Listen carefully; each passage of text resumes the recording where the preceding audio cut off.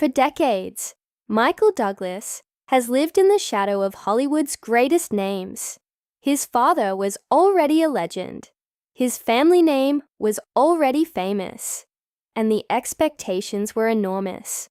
But Michael Douglas didn't simply inherit a Hollywood legacy. He had to fight to escape it. Behind the elegant suits, the iconic films, and the Academy Awards was a man who faced career rejection, family pressure, addiction, public controversy, and a frightening battle with cancer. And somehow, he kept rebuilding himself, because Michael Douglas's story isn't really about becoming famous.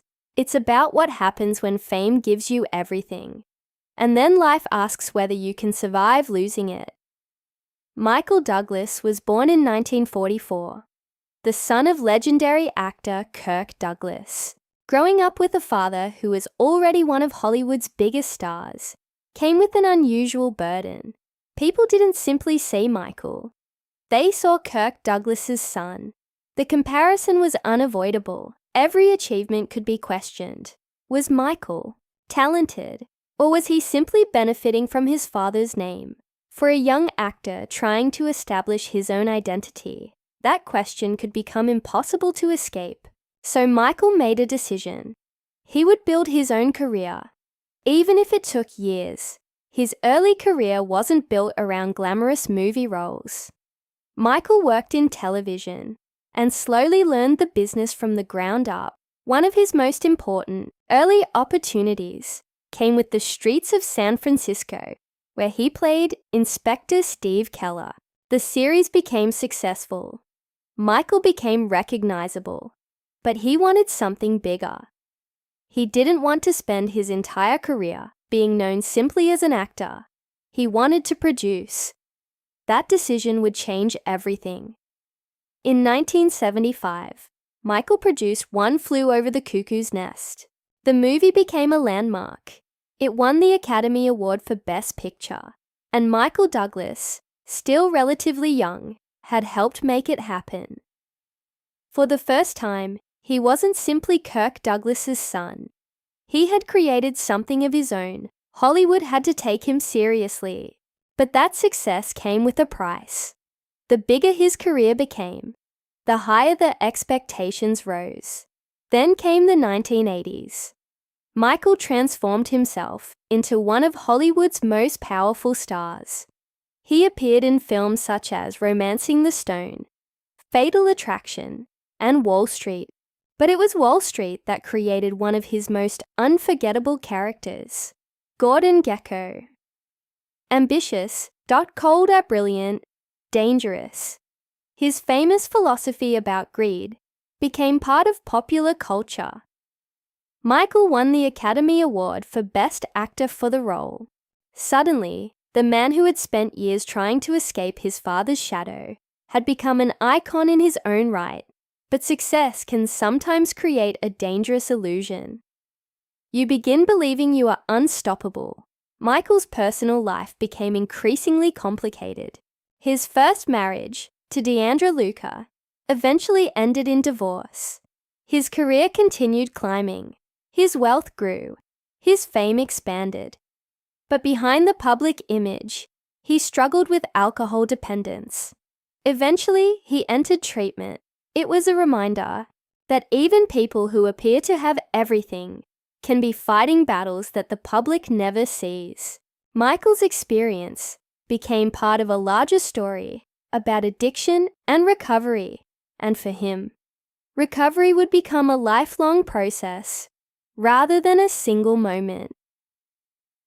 Then, Michael met Catherine Zeta-Jones. The relationship attracted enormous attention. They were both famous, both successful, and they shared the same birthday, September 25th. Although they were born 25 years apart, they married in 2000. Together they built a family and became one of Hollywood's most recognizable couples. Their relationship has faced public scrutiny over the years, but they have continued to describe their marriage as something requiring communication, commitment, and work.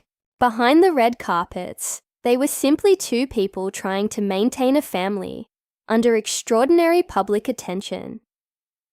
Then came the news that changed everything.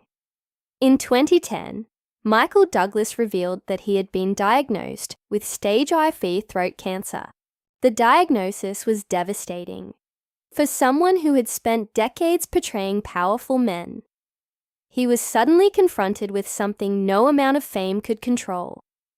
His treatment included radiation and chemotherapy. The physical toll was enormous. His weight dropped dramatically. His voice changed. His body became weaker. And suddenly, the man who had spent his life performing for audiences was fighting simply to get his life back. Michael later spoke openly about his experience. He had survived, but survival changed him. Cancer forced him to reconsider what mattered. Career, family, time, health, legacy. All of those things suddenly look different. When you're young, decades feel endless when you face a serious illness. Time becomes something you notice, something you value, something you cannot buy. And perhaps that is why Michael Douglas's later career feels so different. He continued acting, but he became more selective. He appeared in major productions while also taking on television projects and new creative challenges. He joined the Marvel Universe as Hank Pym in Ant-Man. For an actor whose career had already lasted decades, stepping into a new generation of blockbuster filmmaking could have seemed unnecessary. But Michael embraced it. Again, he reinvented himself. There is something remarkable about longevity in Hollywood. The industry constantly searches for younger faces, new stars, new franchises, new stories. But Michael Douglas refused to disappear. He adapted from television to producing to leading man roles, to darker characters, to prestige dramas, to superhero movies. His career survived because he was willing to evolve. But perhaps the deepest question surrounding Michael Douglas isn't whether he was successful. He clearly was. The question is what success cost him.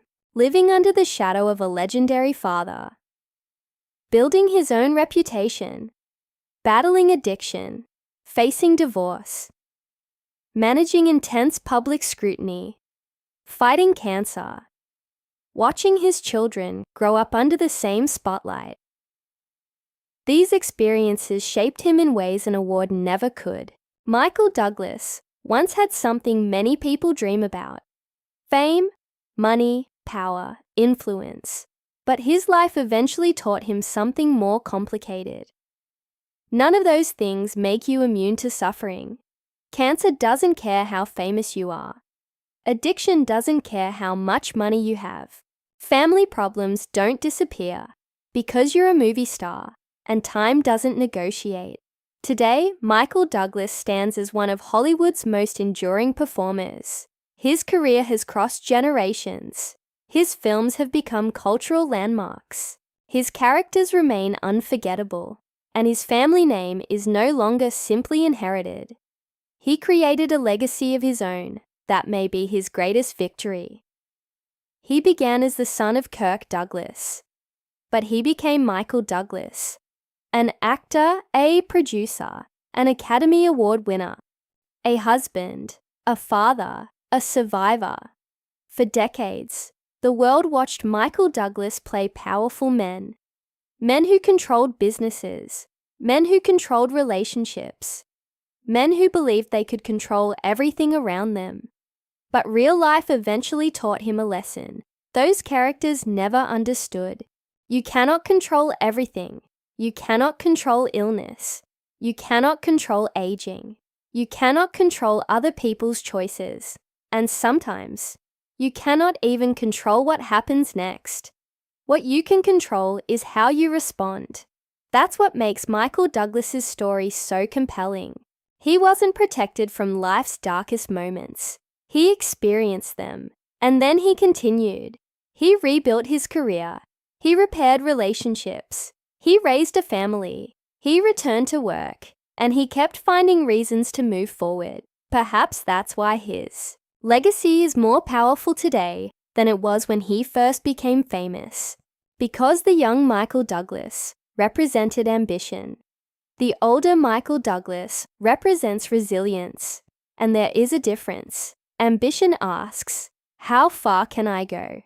Resilience asks, how much can I survive? Michael Douglas has spent his life answering both questions. His story began under the shadow of one of Hollywood's biggest legends. But it didn't end there. He stepped out of his father's shadow, built his own career, won Hollywood's highest honors, lost his way, found it again, faced cancer, survived, and continued. The world may remember Gordon Gekko. It may remember Fatal Attraction. It may remember Basic Instinct, The American President, or Ant-Man. But behind every character was a man experiencing his own complicated story. A story of pressure, ambition, fear, love, loss, and survival. Michael Douglas didn't inherit a Hollywood legacy. He inherited a name. The legacy he had to build himself.